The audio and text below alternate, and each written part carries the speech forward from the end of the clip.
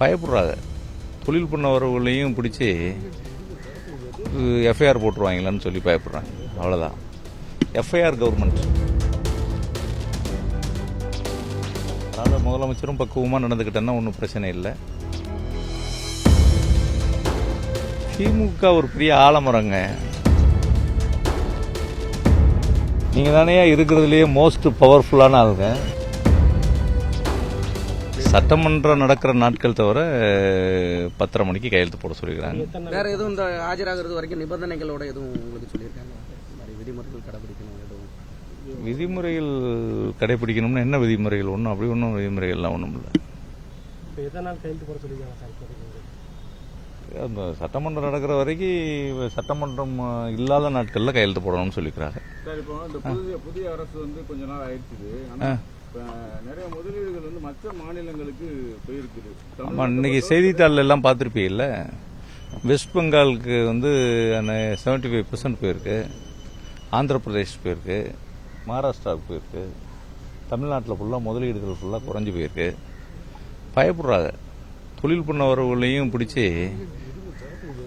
FIR போட்டுருவாங்களான்னு சொல்லி பயப்படுறாங்க. அவ்வளோதான். FIR government.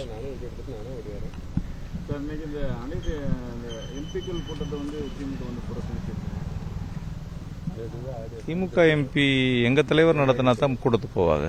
அனைத்து கட்சி கூட்டம் நடத்துறதுக்கு அவளால முடியல. அடுத்த தேர்தல் களத்தை சந்திச்சு அவங்க எம்பி வந்ததுக்கு பிறகு கூட்டம் நடத்த வேண்டியதான். எங்களுடைய நிலைப்பாடுகளை செயல்படுத்துவதற்கு திமுக எம்பிக்கள் சரியா இருப்பாங்க. அடுத்தடுத்து எம்எல்ஏக்கள் கைது தொடர்ச்சியாக நடந்திருக்கு. அதுபோக எதிர்கட்சி தலைவரையும் கைது பண்ணியிருக்காங்க. எப்படி திமுக தரப்புல பேசுறதையும் முடக்கிறதுக்கு பார்க்காங்களா அல்லது என்ன மாதிரியான இது? கைது பண்றதுனால முடக்க முடியுமா? அப்படியெல்லாம் முடக்க முடியாது. திமுக அதுக்கெல்லாம் அச்சப்படுற கட்சி கிடையாது.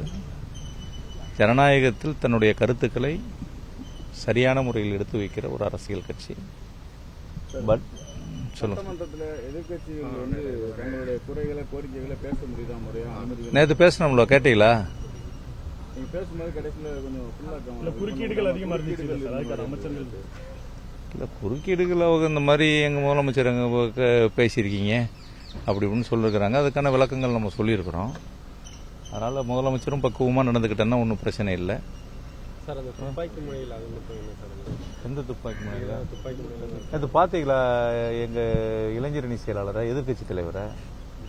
அதாவது இந்த அரசு ஒரு தீவிரவாதிகளை நடத்துவதை போன்று தூத்துக்குடி மாவட்டத்தில் எத்தனை காவல்துறையில் பொறுப்பில் இருக்கிறாங்களோ அத்தனை பேரும், நான் ஒரு எம்எல்ஏ, நான் இது வரைக்கும் 6 தேர்தலில் நின்றுக்கிறேன். 30 வருஷமாக தொடர்ந்து விளாத்திக்குளத்தில் மக்கள் பணி செஞ்சிட்டு இருக்கிறேன். இதுவரைக்கும் யாரையும் கம்பாலையோ கட்டையாலையோ அடிச்சிடறதில்ல. அந்த மாதிரி குற்ற வழக்குகளையும் என் மேலே இல்லை. இவங்க முதலமைச்சர் ஜனநாயகத்தினுடைய மிகப்பெரிய தூணாக இருக்கிறது சட்டமன்றம், இன்னொன்று நீதிமன்றம். சட்டமன்றத்தின் கதவுகள் அடைக்கப்படும் என்று சொல்கிற போது நம்மளால் அதை என்ன செய்ய முடியல, தாங்கிக்கிட முடியல. அப்போ அதுக்கான ஒரு எதிர்வினையை அரசியல் ரீதியாக சந்திச்சிருக்கலாம். இல்லை, வழக்கு போட்டிருக்கிறாங்க, வழக்கை சந்திக்கலாம். எஃப்ஐஆர் போட்டாக சிறையில் கூட பிடிச்சிட்டு போகிறாங்க, அதை பற்றி தப்பு இல்லை. ஆனால் ஒரு பெரிய தீவிரவாதி இன்டர்நேஷனல் கிரிமினல் நடத்துகிற மாதிரி இங்கிட்டு 200 போலீஸ், இங்கிட்டு 200 போலீஸ், என்னமோ கன்னெல்லாம் எடுத்துட்டு திருன்னு ஓடி வர்ற மாதிரி, ஏதோ என் மேலே அச்சமா இல்லை எல்லாருக்கும் பயம் காட்டுறாங்களான்னு தெரியல. யார் எங்கள் ஆட்சி இப்படி இது மார்க்கண்டேயனுக்கு இப்படி ஒரு நிலைமைன்னா பொதுமக்கள்லாம் நாங்கள் என்ன பண்ணுவோம்னு பார்த்துக்கங்க அப்படின்றத போலீஸை வச்சு மிரட்டலான்னு நினைக்கிறாங்க. இதெல்லாம்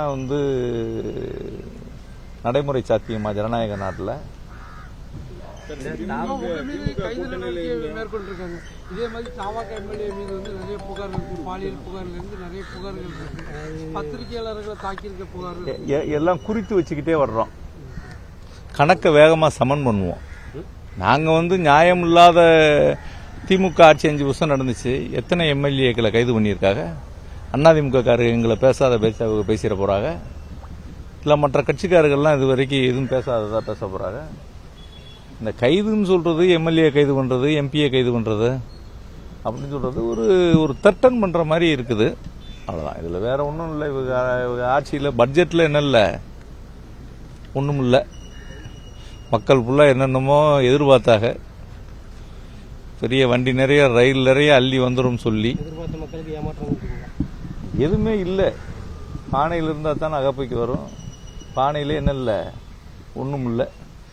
ஏற்கனவே எங்கள் தலைவர் கொடுத்து வச்சிருக்கிற திட்டங்களை அதை ஏதாவது எடுத்து விட்டா அதுலேயும் பிரச்சனை வந்துடும் சொல்லி எங்களுடைய திட்டங்களை எடுக்க முடியாத அளவுக்கு இருக்குது.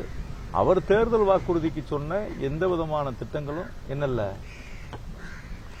மொத்தத்தில் பட்ஜெட்டில் இல்லை. திமுக கூட்டணியில் இருந்த நிறைய கட்சிகள் இப்போ திமுக கூட இல்லை. என்ன மாதிரியான ஒரு பொசிஷன் வலுவா இருக்குதா கூட்டணி பலத்தோட? இப்போ கூட்டணி இல்லை, எப்படி இருக்குது? இப்போ வரக்கூடிய காலங்களில் எப்படி தேர்தல்கள் சமாளிக்கணும்? திமுக ஒரு பெரிய ஆலமரங்க. வர்றவங்க இந்த ஆலமரத்தில் தங்கிக்கிட வேண்டியதான். நீங்கள் விருப்பப்பட்டு போகும்போது போய்க்கிட வேண்டியதான். அதனால திமுக தேர்தல் களத்தை சந்திக்காம இருந்துருமா? திமுக தேர்தல் களத்தை தனியாகவும் சந்திக்கும். எங்களோடு தோழமை உணர்வுகளோடு இருக்கிறவர்களை சேர்த்து நாங்கள் சந்திப்போம்.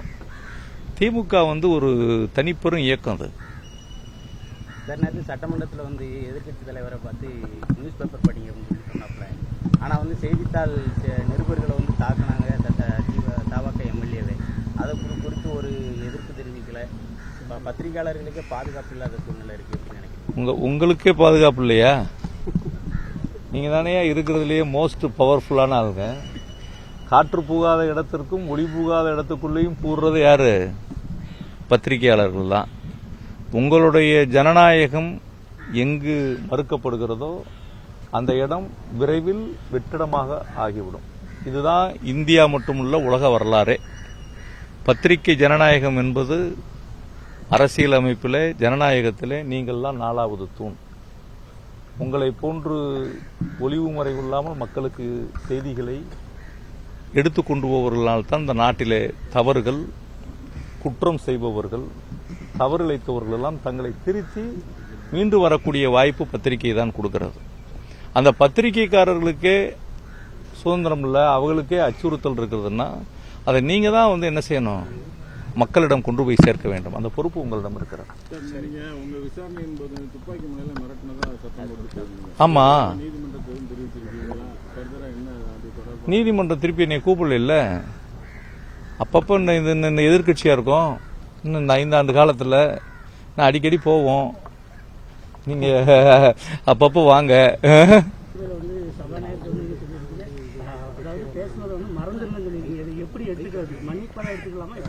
அதாவதுங்க, நான் சொன்னதெல்லாம் கவனிச்சிக்கல நீங்க. எல்லாம் நம்ம தூத்துக்குடி மண்ணுக்கு இருக்கிற வேகத்தையும் விவேகத்தையும் நம்மளுடைய வீரத்தையும் நாங்கள் சொல்லியிருக்கிறேன்.